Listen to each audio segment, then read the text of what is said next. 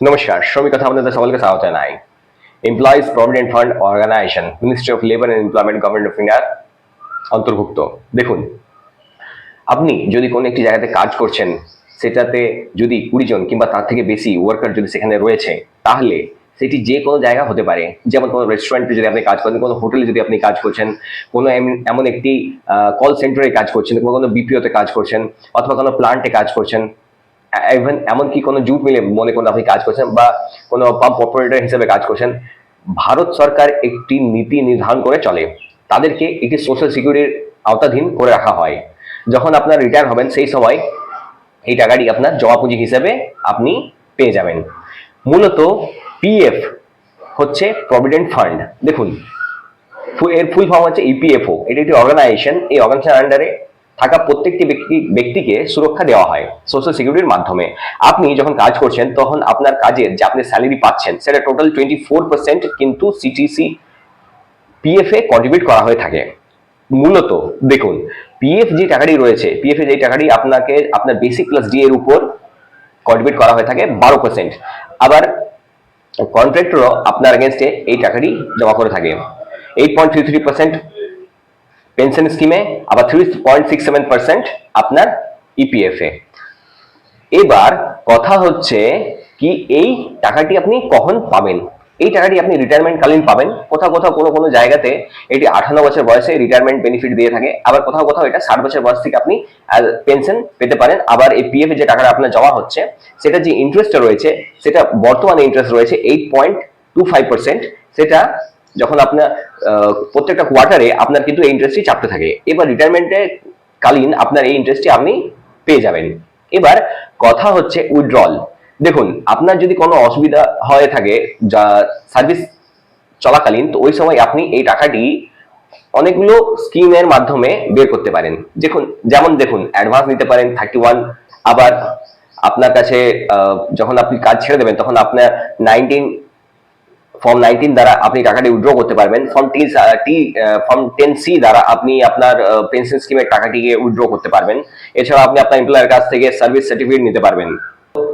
আপনারা যদি এমন কোনো জায়গাতে কাজ করছেন, আপনার স্যালারি যদি 15,000 টাকার থেকে বেশিও রয়েছে, তাহলেও কিন্তু আপনার পিএফ এর আওতাধীন। কিন্তু 15,000 টাকার থেকে যদি কম রয়েছে, তাহলে আপনার যে পিএফটি কাটা হয়ে থাকে, সেটি কিন্তু ইপিএস 95 এর আন্ডারে চলে যায়। এবার গভর্নমেন্ট অফ ইন্ডিয়া অনেকদিন ধরেই কিন্তু এই জায়গাতে আলোচনা বিষয় হয়ে দাঁড়িয়েছে কি, যখন আপনারা যারা আগে রিটায়ার হয়ে গেছেন, তাদের যে পেনশনটি রয়েছে বর্তমানে এখনো কিন্তু খুব একটা ভালো তারা পায় না। যেমন সেলের মধ্যে 2000 কিংবা 2200 টাকার পেনশন দেওয়া হয়ে থাকে। আবার গভর্নমেন্ট অফ ইন্ডিয়ার রুল অনুযায়ী প্রত্যেকটি স্টেটে কিন্তু আলাদা আলাদা ভাবে পেনশন দেওয়া হয়ে থাকে। কিন্তু নর্মালি যা পেনশন হচ্ছে, সেটা পেনশন বয়স্ক বৃদ্ধদের যে পেনশন দেওয়া হয়, ওল্ড এজ পেনশন, সেটা হচ্ছে 1000 টাকা। আবার কিছু কিছু জায়গাতে কিছু কিছু গভর্নমেন্ট অর্গানাইজেশন রয়েছে যেখানে তাদের টাকা অলরেডি জমা হয়ে থাকে, তো সেই কারণে তাদেরকে যে পেনশনটি দেওয়া হয়, সেই পেনশনটি মোটামুটি বাড়ানোর কথা চলছে। তো দেখুন, ইপিএস 95 এর মাধ্যমে আগে যে পেনশনটি আপনি পাচ্ছিলেন, সেই পেনশনটি মোটামুটি 1250 টাকা নির্ধারণ করা রয়েছে গভর্নমেন্ট অফ ইন্ডিয়ার দ্বারা, সেটা বাড়িয়ে 1749 টাকা করার কথা চলছে। এবার দেখুন, সেই জায়গাতে দেখুন আপনার 500 টাকার একটি বৃদ্ধি হবে। আবার কিছু কিছু ক্ষেত্রে এই কথাটি চলছে কি, এই যে পেনশনটি আছে, এই পেনশনটি 7,000 টাকা কিংবা তার থেকে উপরে যেতে পারে। দেখুন, আমি একটি আর্টিকেলের মাধ্যমে এই জায়গাটি আপনাকে দেখিয়ে দিচ্ছি। আর এটার আগামী দিনে কি প্রভাব ফেলবে আমাদের ইকোনমির উপর, সেটাও আমাদের জন্য কিন্তু ইম্পর্টেন্ট। আবার আরেকটা জায়গায় কথা হচ্ছে কি, এই টাকাটি কি এটিএম কার্ড দ্বারা উইথড্র করা যাবে? চলুন তাহলে দেখে নিই।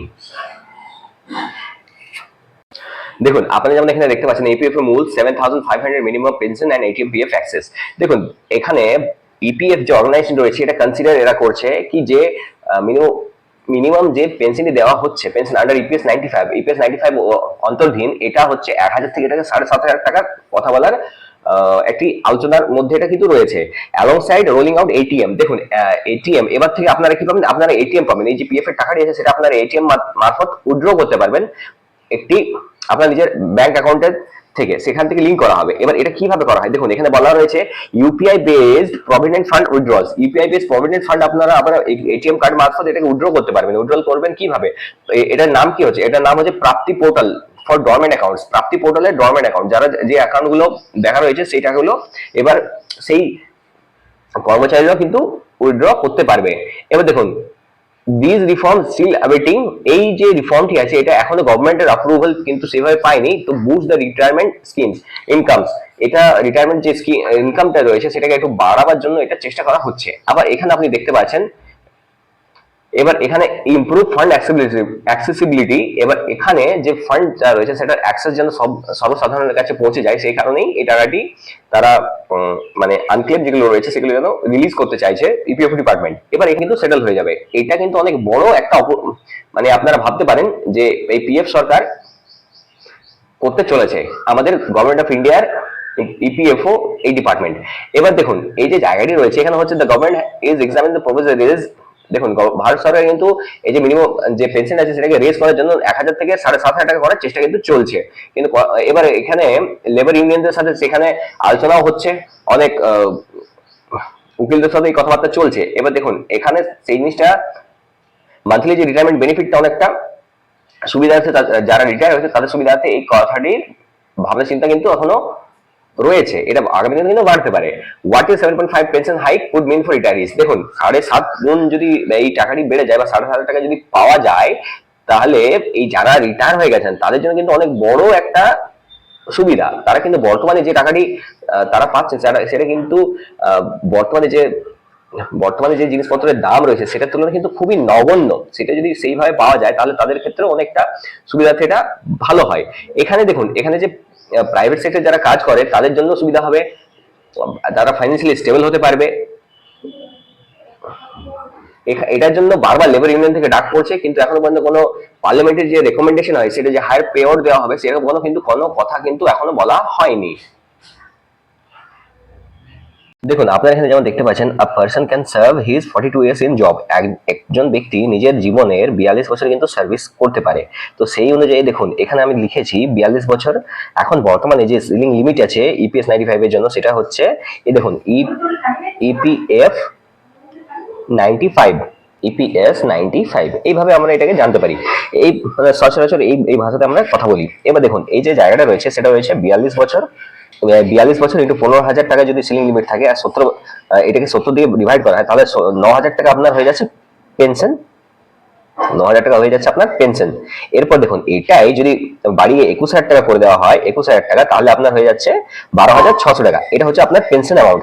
এটার জন্য কথাবার্তা চলছে, কিন্তু বর্তমানে এখনো গভর্নমেন্ট অফ ইন্ডিয়া আর আমাদের মানে লেবার ইউনিয়ন আবার যারা অ্যাডভোকেটরা রয়েছেন তারা কিন্তু এটার জন্য লড়াই করে চলেছেন অনবরত, কিন্তু এখনো পর্যন্ত সেরকম কোনো কিছু মানে হয়ে ওঠেনি।